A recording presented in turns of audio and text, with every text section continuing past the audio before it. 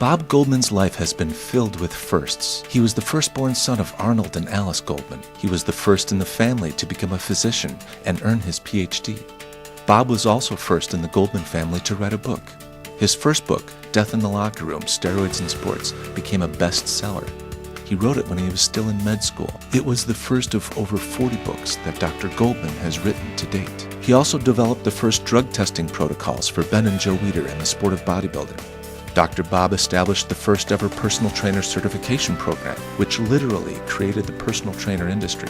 He was among the first to pioneer research in the area of brain resuscitation and organ preservation. His companies have registered over 150 patents in this field. In 1992, Dr. Bob co-founded the first anti-aging medical society, which coined the phrase anti-aging and gave birth to the entire anti-aging marketplace. A marketplace today that is valued at over $180 billion globally.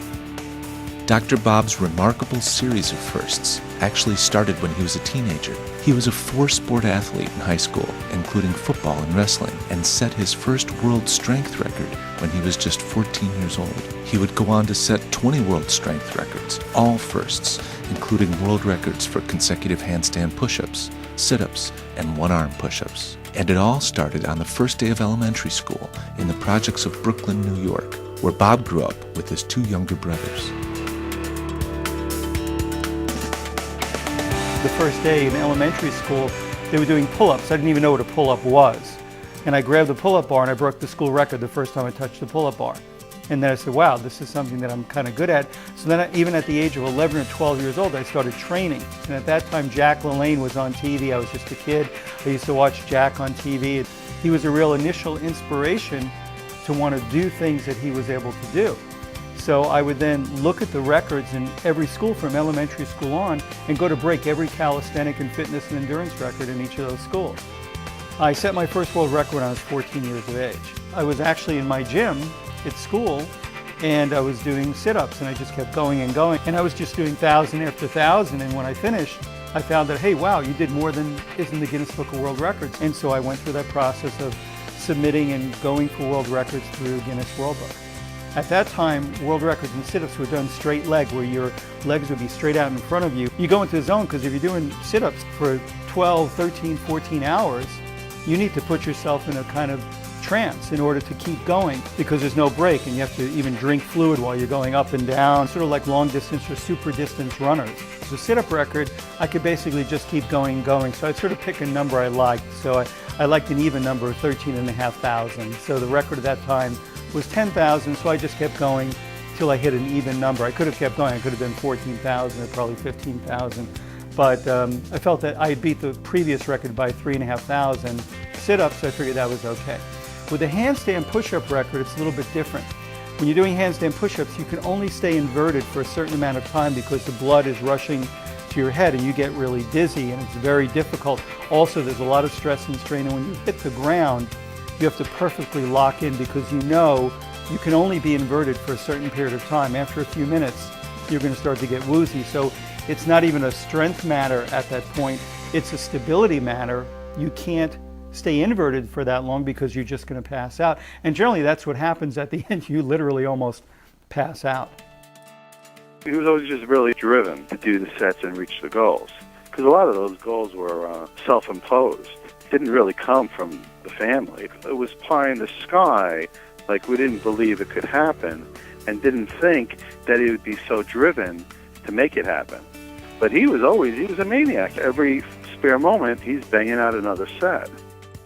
The world record that was probably the one that was the most contested was a handstand push-up record. In order to do handstand push-up records as they were officially accepted and I had to do them, is freestanding. You go down, there's no wall, no breaks, and you have to touch nose to the floor and hands in full extension. Otherwise, it didn't count as one repetition.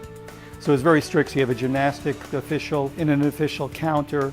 So you have to do these things properly or the rep is not counted. First time I did 48, next time I did 171, next time I did more and more. So at the end, I did 361 consecutive handstand push-ups. What would be interesting is sometimes I would break the world record and somebody else somewhere else in the world would set another world record beating me, and in the same year I'd have to go back and try and beat that person again. So there was one year where I broke it, had somebody else break mine, had to go back and break it again, got broken again, and went back again to set it again. So I was able to successfully break it and get listed in Guinness Book of World Records a number of times. But when you're competing against the whole planet, against everyone in the world, a lot can happen in the space of 12 months. As a teenager, I applied for a job at Jack Lane Health Club. I just set a bunch of world records at that time, so I got a job as an instructor. Realized at that time there were no certified personal fitness trainers. There wasn't even really a training program for the people that worked in the gym. You just sort of would hand the people the weights or clean the mirrors or vacuum the rugs. That was your job. And at that point in time, since I was setting world records, the owners of the club chains decided to use me as sort of the poster boy on the promotion materials and ads in the New York Daily News and the New York Post and in these different mailers that were going out. In one envelope, they sent this out to 200,000 people. I mean, I had people stopping me on the street. I was sort of like the poster boy for the health clubs. When I was a teenager in the gyms, and this was a different world back then. Steroids were not illegal. There was no banned. They didn't even have drug tests for anabolic steroids at that time period. And I noticed that we would see needles and bottles and pills and things left around the gym, but we really didn't think much about it.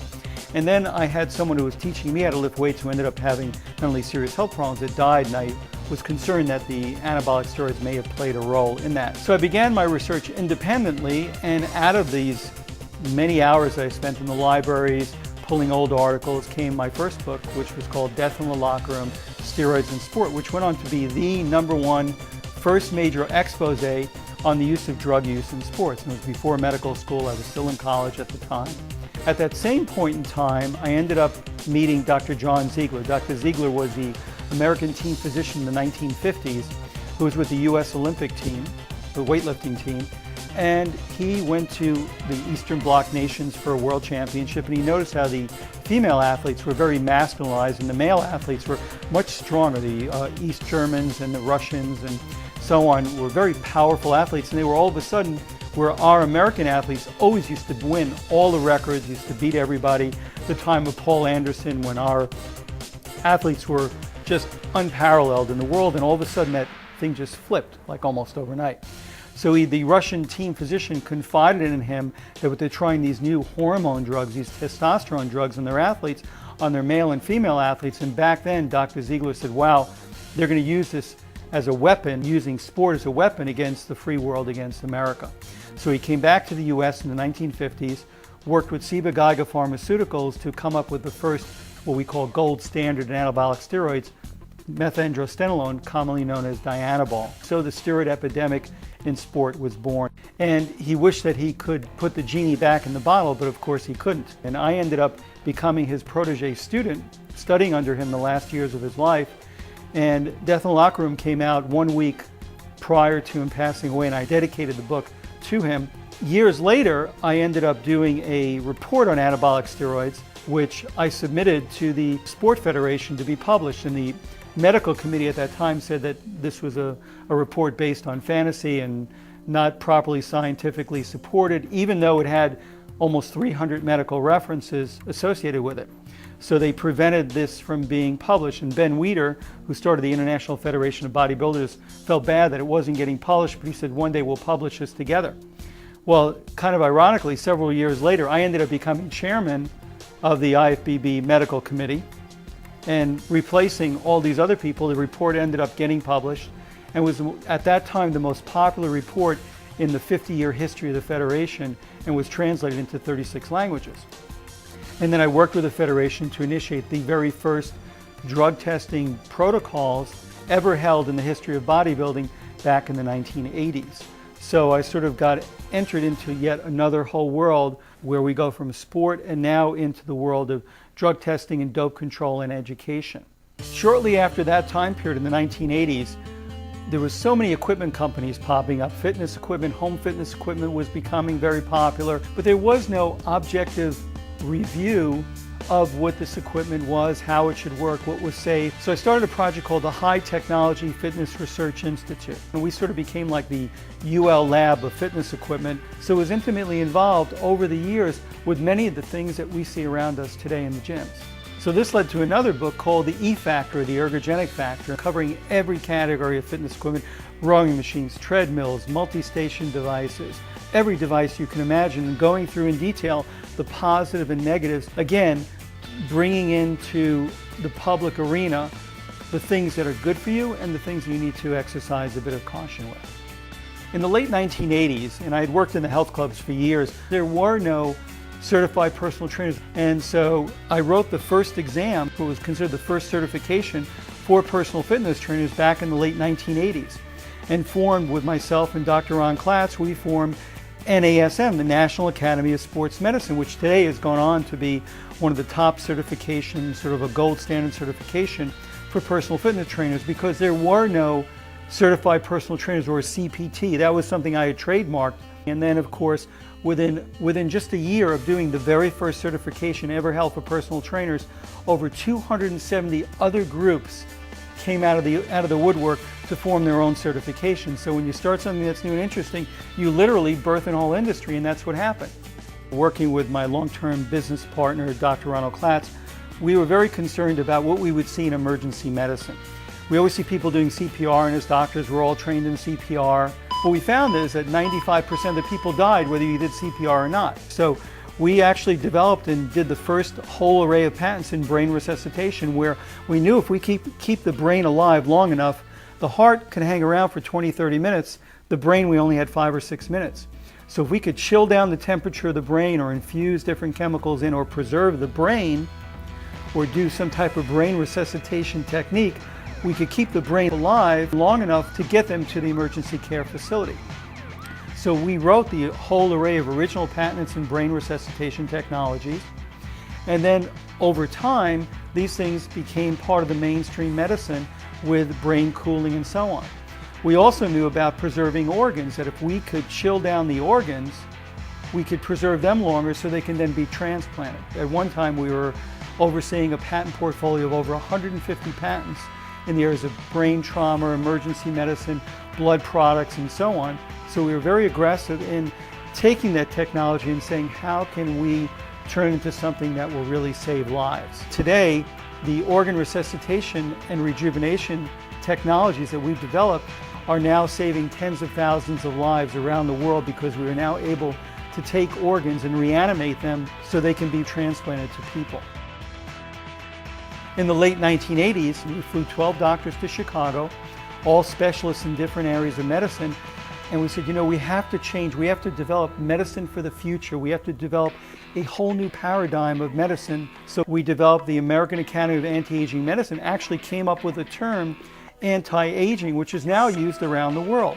And so anti-aging medicine was born with just 12 doctors, and today has evolved into the largest preventive medical society in the world, with over 22,000 physicians and scientists as members in over 110 countries. We do conferences globally, and we train tens of thousands of doctors a year. In fact, we've trained over 100,000 physicians and scientists on site at these conferences. And we were getting governments, ministries of health, ministries of sport to be involved. And again, going back to the bodybuilding industry, that gave the entrees, because during those years of bodybuilding, I got to meet the ministers of sport and ministers of health and prime ministers and heads of government in these nations all over the world. So I was then able to use those contacts for our medical federation to help us grow globally so quickly at the highest level. And that's what's allowed us to expand and to grow into the organization we are today. My goals now are to try and change the way the aging process takes place. I think that people should be healthy and strong well into 100 to 120 years of age. We're really on the brink of some very exciting things with the advent of stem cells, nanotechnology, genetic engineering, gene therapy. We're in the most amazing time in medicine and life that this planet has ever seen. And that's what's really exciting, to live in a time period when the impossible is truly possible. In a lifetime filled with firsts in both athletics and business, Dr. Goldman will be the first to tell you that health is his most valuable asset. Everyone needs to do some type of physical activity every day, no matter what their age. Your health is your wealth. Your health is the most valuable possession you will ever own.